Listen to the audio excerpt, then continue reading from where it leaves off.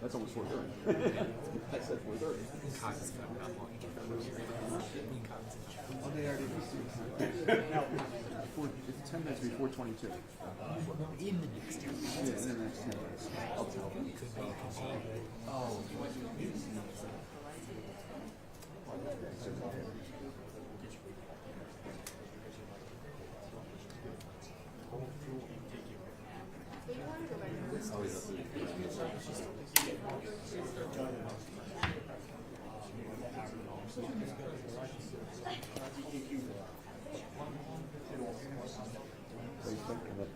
Hope the next in the next 10 minutes. How's the signal look? Is it okay? I'm not. It's okay. Okay, so make sure. Hopefully. Nothing's on time.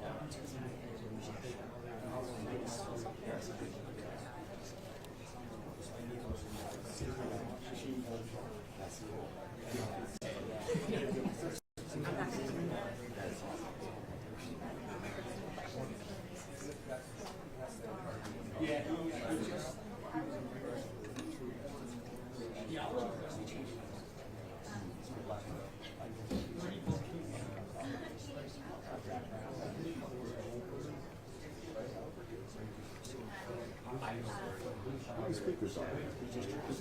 I saw the thing up there. Well, they're there. What they had. Was that? They'll be there to help with questions. They're the senior staff. I got senior staff. You're not senior staff? I think you were. All right.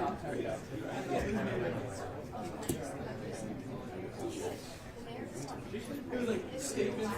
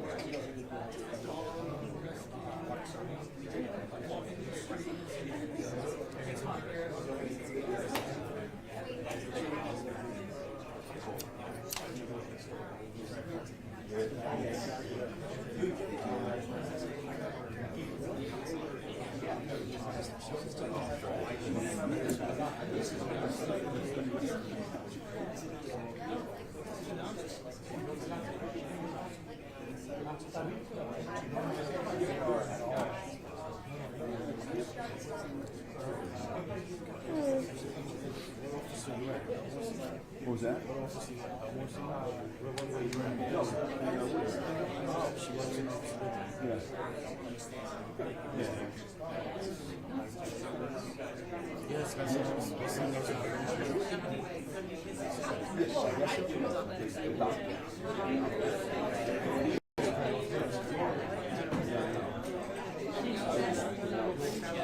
Where's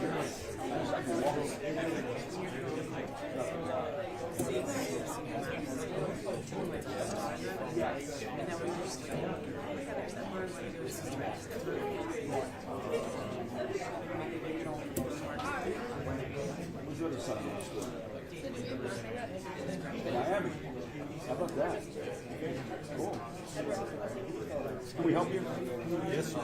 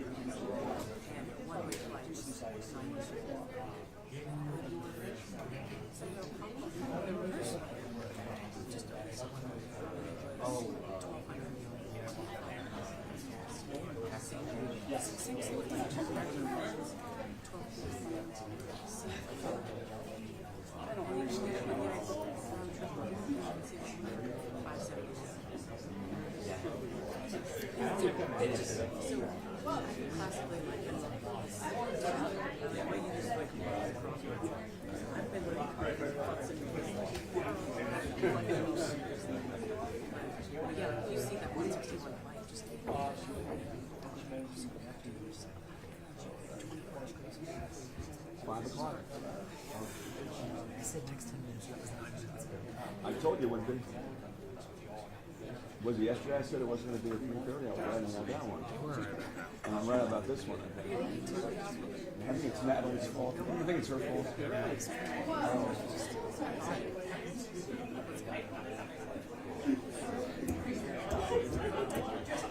Natalie. This is Neil. He lives on Long Island also. Natalie. Works in the Long Island guy. We're Long Islanders. Really? It's like a big family. Let's go United. It's a cult. Okay, that's good.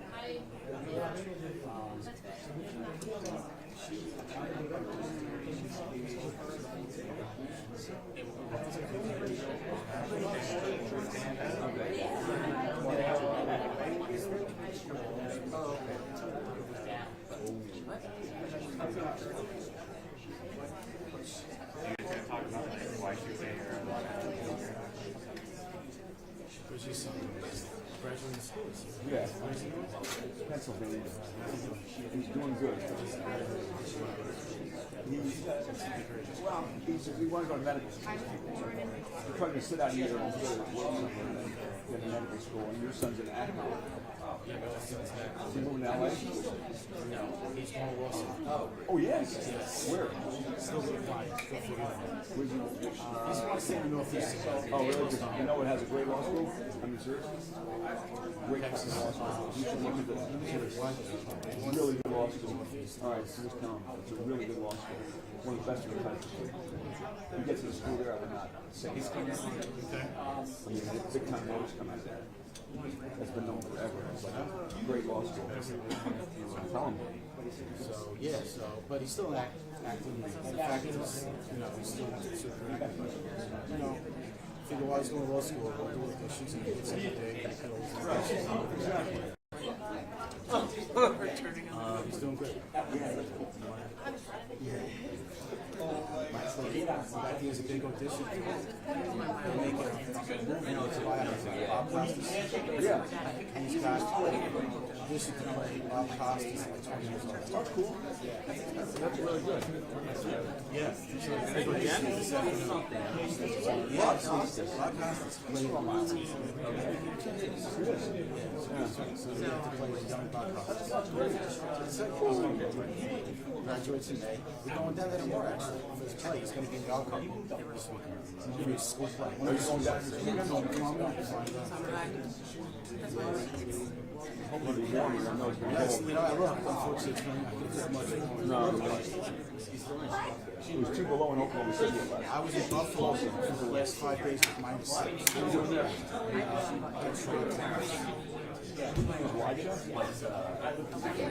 Made in America.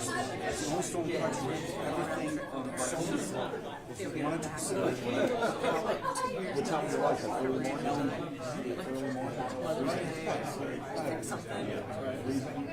But we were inside. Oh, you're inside. In the stores. Oh, okay. That's not bad.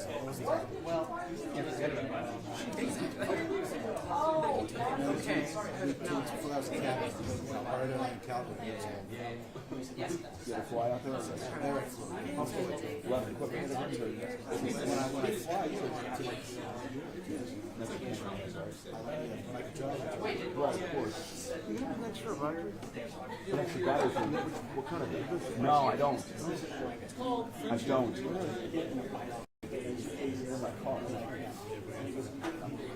They're my cars. No, these things are not forever. This one, Chris, like, called on him.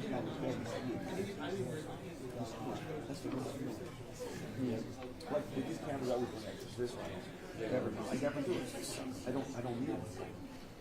Imagine I'm doing it. I'm not stuck somewhere for hours. I'm right now. This is going to last me 3 hours. I'm not going to do 3 hours. I don't think that will.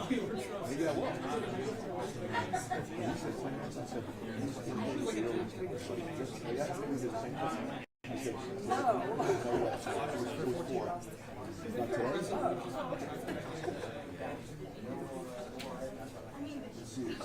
It's almost 4:30.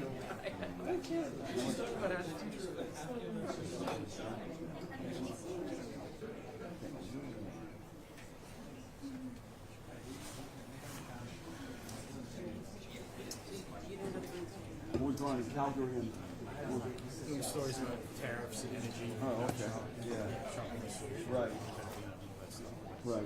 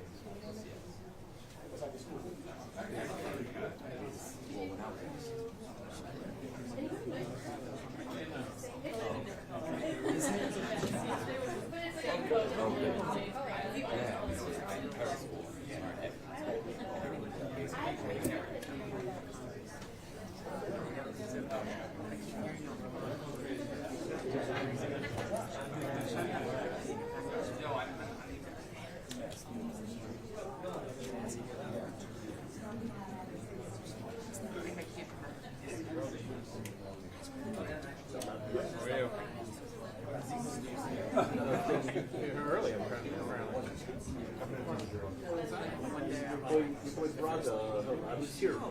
He didn't work in at the same time, but you know, the last in the elevator gets first off. Yes. No, so it wasn't me. Thankfully, he held the spot. Do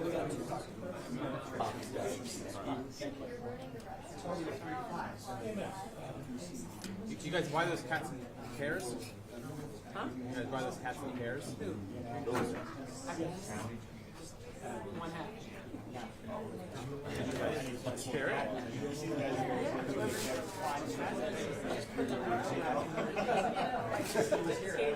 I thought she was wearing it today for some reason.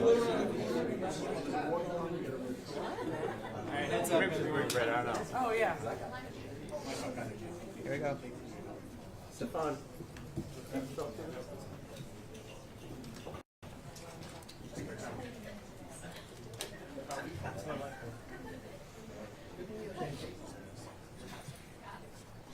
Somebody hold.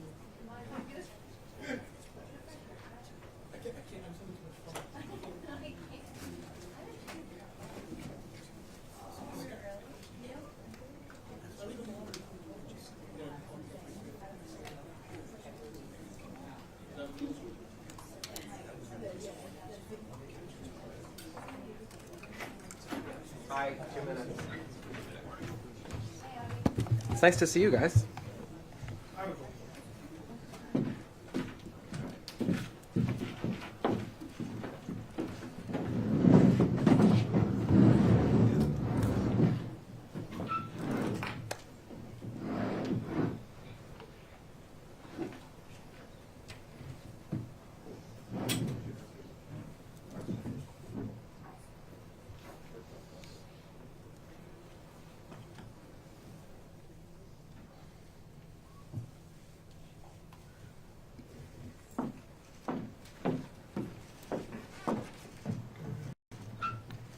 Good afternoon.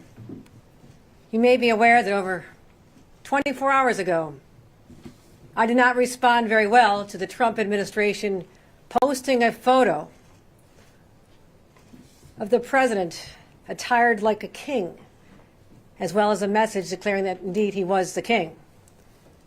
He did this when he attempted to undermine the duly elected laws of our state related to congestion pricing. I reference this again today for one reason. We fought a war 250 years ago to depose a king who tried to impose his will on a young country. We don't have a king today because it conflicts with the very genius of a democracy, where the voices and the votes of the people, not a king, not a queen, and not a governor, should prevail. Voters determine who they want or who they do not want to represent them in elective office. As I said last week, I was deeply troubled by the accusations leveled at Mayor Eric Adams, not just the initial indictment, but also the more recent allegation of a quid pro quo with the Trump administration. For days, I've been deeply involved in discussions with my closest advisors, city leaders, electeds, clergy, business, labor, civic leaders, all people whose opinions that matter to me because they care about our city. I consulted them and legal advisors on whether it's appropriate and necessary at this moment to exercise the power granted to me as the governor of the state of New York by the New York State Constitution and the City of New York Charter to remove a mayor from office. I've also heard from many voices of New Yorkers who feel outraged, who feel hurt, betrayed by what they have seen. And I want those New Yorkers to know I understand those feelings as well. After careful consideration, I have determined that I will not commence removal proceedings at this time. My strong belief is that the will of the voters and the supremacy and sanctity of democratic elections preclude me from any other action. I cannot deny the people of this great city the power to make this decision for themselves. And to those who conclude that this decision is due to pressure from many groups or individuals, I say this: you do not know me.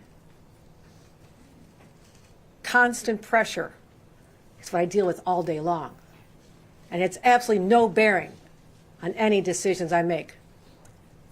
I will say this: I also have concerns about disruption and chaos that such a move, such a proceeding could bring to the residents of this great city. And those who argue just go and remove them fail to appreciate there is a process involved, due process, the length of the process, and the impact that such a process would have on this city. And actually, with the timing, it's not impossible that we'd have a scenario where there's multiple mayors of this city in the course of 1 year. But make no mistake, the current situation is one that I take very seriously. That's why I want to spell out my immediate objectives. Number one, to stabilize the city and restore calm. Number two, ensure that all services for our residents continue without disruption. And three, to take steps to make sure our leaders are operating only with the city's best interests in mind, unimpeded by any legal agreements with the Trump Justice Department. I want to be very clear. There are past examples of coordination and cooperation between the federal government, the city, the state. It's not uncommon. But there's a clear line between cooperation and coercion. Given how aggressive the Trump administration has been, including its attempt yesterday to dismantle a previously approved congestion pricing program, and how deeply disturbing the comments from the president's border czar were, we know they'll stop at nothing to try and exercise control over New York. That is the fight we had yesterday. That is the fight we have today. And that is the fight I'm willing to take on for the next 1,430 days. To move this city forward, I'm undertaking the implementation of certain guardrails that I believe are a first start in reestablishing trust for New York City residents, and ensure that all decisions out of City Hall are in the clear interests of the people of this city and not at the behest of the president. I'm proposing 3 immediate actions which I believe will help protect New Yorkers. First, I'm proposing legislation to create a special Inspector General for New York City affairs within the Office of the State Inspector General. The State Inspector General will be able to direct the New York City Department of Investigations. And the mayor will only be able to remove the Department of Investigations Commissioner with the approval of the State Inspector General. This will protect the city's investigations from any interference, make sure that there's no lack of independence as they make their determinations, and allow the Inspector General to focus more directly on any improper activity that may arise out of New York City. They'll also give reports to us. We'll have access to information. Second, I'm proposing giving the city controller, the public advocate, and the New York City Council Speaker an independent authority to clarify the independent language to commence litigation against the federal government when necessary, and using outside counsel. The city's law department will still have the opportunity to initiate legal actions within 7 days of any request. But the whole of city government should not be reliant on City Hall for legal cases where the people of the city may be under attack by the federal government. Third, I'm expanding funding for the Office of the Deputy State Comptroller General, Comptroller for City Oversight, because this stepped-up oversight, again, gives us an independent line of sight into potential decisions related to the federal government. This will be paid for by city receipts. Once these measures are enacted, they'll be effective immediately, and expire at the end of 2025, subject to renewal. I've already discussed these proposals with the City Council Speaker and the Speaker of the State Assembly and the Majority Leader of the New York State Senate.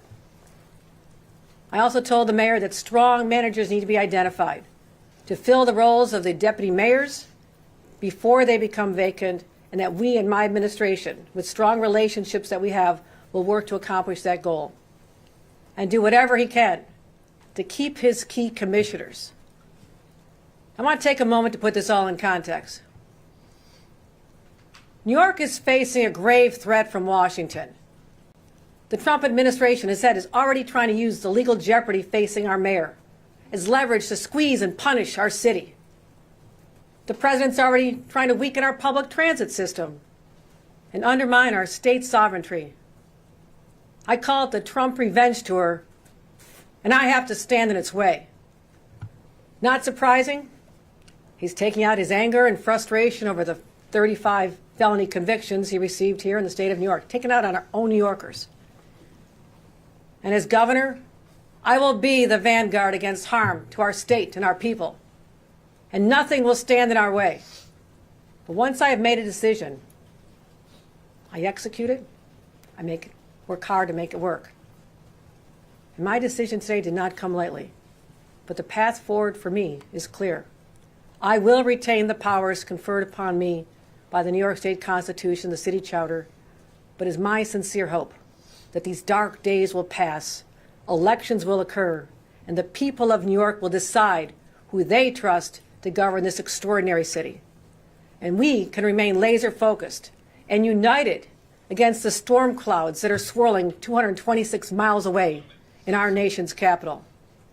My eyes are on the city, the state, and on Washington, and I'm ready and prepared to take on any fight against any threats to the well-being of our residents.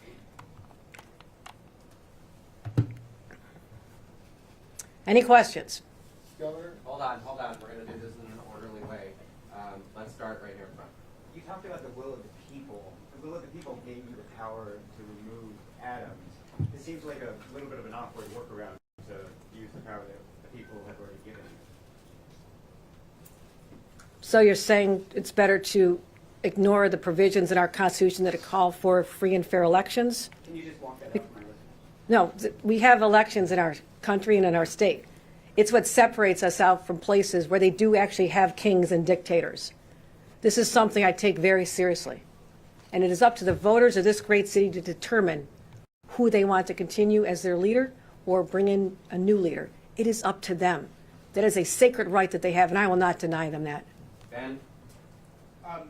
It sounds like you've spoken to the mayor. Are you confident he'll choose experienced professionals as opposed to sort of combative loyalists like Kaz Daughtry, who we've reported was up for the deputy mayor of public safety? If you could at all characterize your conversations with him, what did he say? How did he feel about these proposed changes? You can ask him how he feels about these proposed changes, but I explained that this is an opportunity to install safeguards that we need to have in place to give people confidence that there's only one factor in every decision that's made, and that's what's best for the people of the city. And he has to earn that, and there's an opportunity to do that. I also have a strong team here. They have incredibly tight relationships with the mayor's team, and that constant communication is part of why was a stabilization of the situation last fall, and why that's what we're shooting for right now. So he's offered to work with us if we have recommendations on people, et cetera. But I want to make sure that the commissioners stay as well. Bernadette? It's early. Bernadette? Governor, so do you think that the mayor should resign on his own? And if not, do you think he has lost the ability to govern? It is up to an individual to decide if they want to leave from office at any time. So you don't think he should? No, you did not phrase my answer correctly. It is not up to me to tell them to leave. It is up to an individual if they want to resign the office to which they've been elected. Do you think that he's lost the ability to govern? I am working to put in safeguards to restore the trust that is necessary to get this city back focused out of all this controversy and get people in New York City what they want. They just want normalcy again, and that's what I'm fighting to restore. Allie, in the back. So at this point, is removing the mayor from office off the table? I use the phrase "at this time." So you may revisit it at some point? I will never surrender power that I have. Is there anything that could happen coming out of the court hearings that would change your mind? I'm not going to say at this time. I need to see what the court happens, but I also, as I said, it is my duty as the governor of this state to make sure I'm aware of what's going on, that if there's problems, that I intercede, but otherwise these are duly elected officials who have jobs to do as well. Mark, in the back. Governor, the mayor and Tom Homan have discussed putting ICE back in Rikers. So with all these provisions that you're putting forward, would that stop that? What position would you take, and what would you do to either allow that or stop that, or any of the moves that they planned or hammered out between the two of them to do? This becomes a question of whether or not that complies with the city charter and city ordinances, and that's something I will be watching. Do you want that to happen? Alyssa. Yeah, listen. Governor, you mentioned that this is subject to renewal at the end of 2025. What is the reason for that, and what situation would necessitate you continuing this past, potentially the mayor's term? Ask me at the end of December 2025. Matt. Governor, the mayor has not answered any questions in the past few weeks about any of this stuff. He hasn't addressed the public recently. Do you think that he should answer questions and be held more accountable, and would that ease New Yorkers' fears? I'm not his communications director. If he wants to do more interviews, get out there with the people, I encourage him to just do the job. Does he owe New Yorkers to do that? It seems to me he gets asked a lot of questions by all of you. I will say this. It is most important, and I discussed, let's focus on public safety. What we're doing in the subways is extraordinary. Crime is down. Our plans to have more police is working overnight. Let's close more illegal cannabis shops. Let's get the city of Yesh jump-started. Let's start making progress here, build more housing. We have so much to do in this city. I want to just move here, but I'm not taking my eyes off the situation. I want you to know that. My eyes are still on the situation. Yeah, in the back. Is this new procedure, Governor, have to be reviewed by the legislation? That's a good question. It would have to be a home rule decision that the city council would propose, and then that has to be approved by the state legislature. Yes, and I've had conversations with the two leaders already. How long is it going to take to be? I don't set their timetable, but I said it'd be effective immediately once it's passed. So that's up to the city council to take the first step. Then it'll go up to the legislature, which will be in session again shortly. Vaughn. I just want to be clear that these proposals would only be in place for 2025. And in addition to that, how much has the potential entry of former Governor Cuomo into the mayoral race weighed on how you proceed in this issue? 0. And this would only apply in 2025? Subject to renewal. Morgan. Governor, if former Governor Andrew Cuomo if he somehow wins the election, is this something you would think about continuing? I will look at the facts at the end of the year and determine what's best for the city. These are put in place as an extraordinary measure at this time. I understand that. Not since the 1970s, with Mayor Abe Beame and Governor Hugh Carey, when there was a crisis that required that level of intervention. We are taking a number of steps that give us line of sight into budgetary matters, investigative matters, and legal matters to ensure that there's no area where any decisions can be compromised. That's what is necessary to give people the confidence to know that the right decisions are being made. And the mayor has to take the time to rebuild the trust with the people of this city. Those should go toward establishing people's understanding that there is other entities, the state of New York, is keeping an eye on the situation. Chris. Thank you. Governor, since all of this is contingent on legislation, have you lined up sponsors yet in both the state legislature and the council? And on the council side, I've already spoken to multiple council members who are expressing discontent about you kind of punting to them. If you genuinely believe that there is concern about the mayor's ability to lead, why punt to to another body. Is there nothing you can do by executive power to restrict what's going on? You know, it's not surprising there's difference of opinion in the city council. There'll be difference of opinion up in the state legislature. It is the normal course of business. I have spoken to leadership of both the city council, the speaker, also spoken to Majority Leader Andre Stewart-Cousins and Speaker Kyle Hasty. It is a new concept to them. This is an extraordinary measure. I acknowledge that. I don't expect me to propose it today and it becomes law tomorrow. It takes some time for people to understand what's behind it and to have questions, and that's what a democracy is all about. So I am not ramming this down anyone's throat. I'm saying I believe this is a place we can go to reassure New Yorkers that the fears that I've heard from many of them will be unfounded because we have some systems in place. That's what I'm trying to do, just try to stabilize the situation and calm it down. There's no specific sponsors lined up. Well, since I'm just talking about it today, I've not taken the steps to line them up at this time, but What plan B if they say no? Bernadette, I'll cross that when I get to it. I'm trying to deal with what is a crisis situation. Got a few other things going on across the state as well.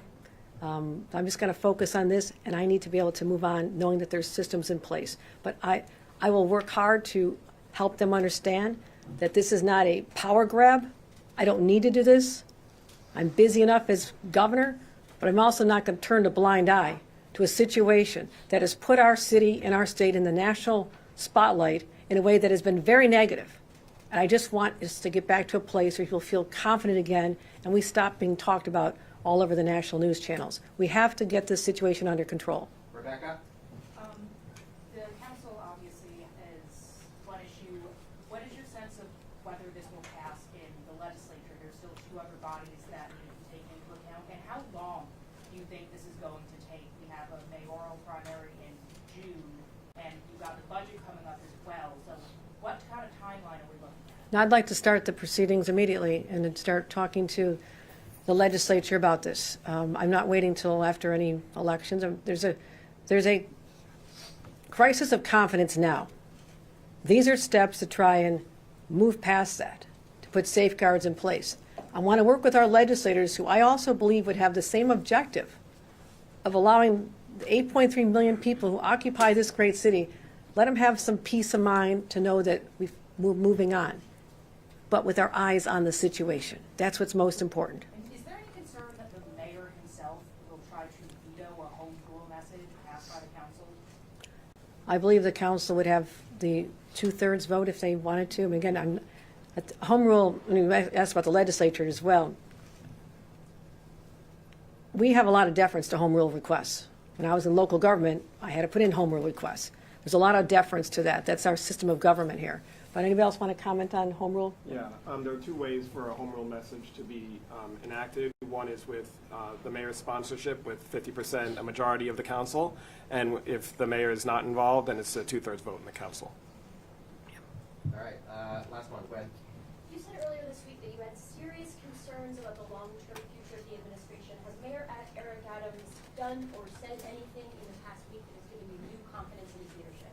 I have found a path forward that I believe gives me confidence with having this system in place, a line of sight into budgetary matters, investigatory matters, as well as legal matters. And this is what gives me the confidence to know that there is a system in place of checks, if you will. But I also do not want to be running the city of New York. The mayor needs to have a team in place, restore the confidence of people that there's competent government being delivered. This is not a move for me to say, I want to be the mayor of New York. I love being the governor of New York. All right, thanks everybody, appreciate it. Thanks, everybody. I appreciate it, thank you. They're all striking.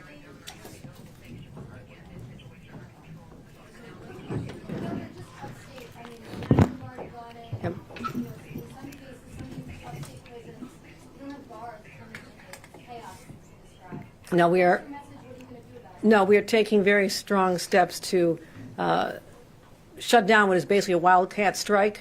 The union itself does not condone this. We've been working closely with union leadership. I've instituted a number of measures to ensure that the prison population, the existing guards who I praise them for showing up and doing their jobs. I truly do. These are tough, tough jobs, but also the incarcerated individual population as well as administrators. My job is to protect them, so we've brought in the National Guard to make sure that we're not short-staffed. We also have more being deployed if necessary. Started mediation as well to talk about their concerns and how we can deal with the fact that there is a severe shortage of people who want to be corrections officers in our state.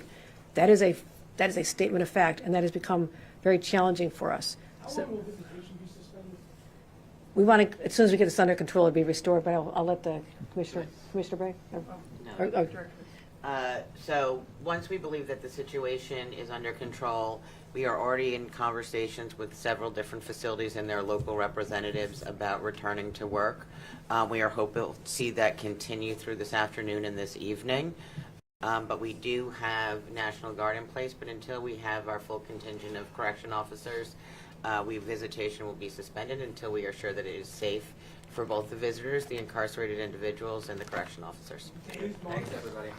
I also want to say, it was sickening to hear the descriptions of the charges being brought against corrections officers at the Marcy Correctional Institution for an assault and murder that occurred in the first week of December.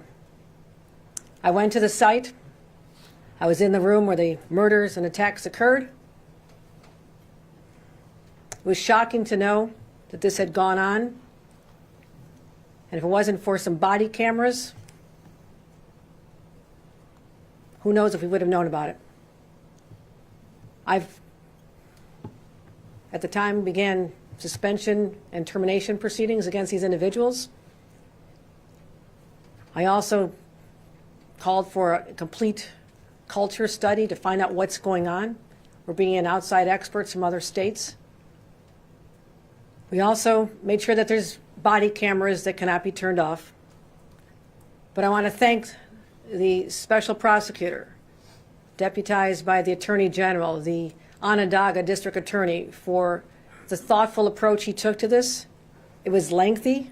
I know there was a lot of impatience, especially from me, to make sure that justice was served for the family of Mr. Brooks.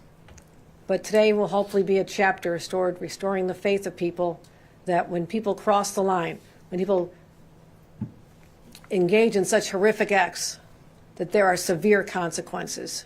Thank you.